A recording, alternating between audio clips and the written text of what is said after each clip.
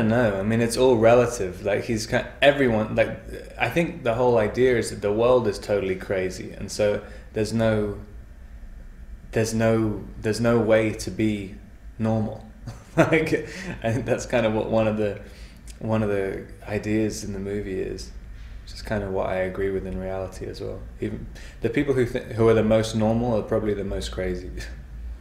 Interesting question. I mean, maybe it goes from one insanity to another one, but yeah, the movement of the film is really towards a kind of liberation. You know, you have a character who seems to be in control. He's in control of his environment. He forces people to come into his limo, which is a little world that he's created, and he controls them and he manipulates them. Then, but I think as the movie goes on, he begins to feel that this world he's created is a prison, you know, that he's trapped by his own life.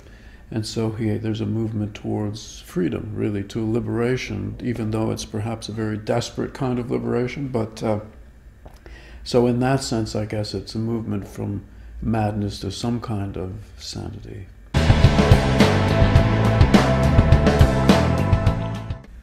I mean, it's weird. I only really started thinking about how contemporary the story was when we started promoting it, because I always saw it as just this real obscure movie about this guy. I thought it was a character study. I also never thought about him as being anything to do with finance. I mean, I just thought that's just the world he lives in. He's not. I wasn't really playing a banker. So yeah, I mean, it is strange that the parallels though, but we weren't doing it on purpose. Yes, it was a surprise because really I started working on this movie 3 years ago. I actually wrote it before I shot my last movie, A Dangerous Method, and it's almost as though the world is catching up with Don DeLillo with what he wrote 10 years ago. It's really quite extraordinary. So we were shooting scenes of anti-capitalist rioting in the streets of New York City. And then in the evening, we'd see news of exactly that, Occupy Wall Street, anti-capitalist demonstrations in the streets of New York City. So it was quite spooky. I mean, in a way, DeLillo was sort of clairvoyant and prophetic, maybe. My ideas for it, I was looking more at like sociopathic people, and I found out the last day we were shooting that there's this video on YouTube of Jeffrey Dahmer, the serial killer, and he's being interviewed with his dad.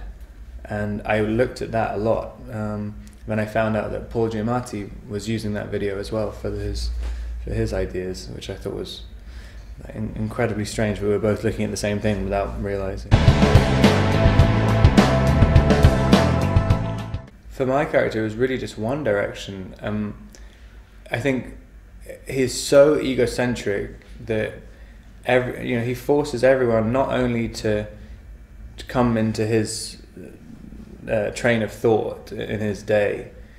You know, even his actions. You know, he has to go to get his hair cut, so everyone has to affect their day to come to him. But not only that, they have to speak his language. Like he's invented this version of English, which.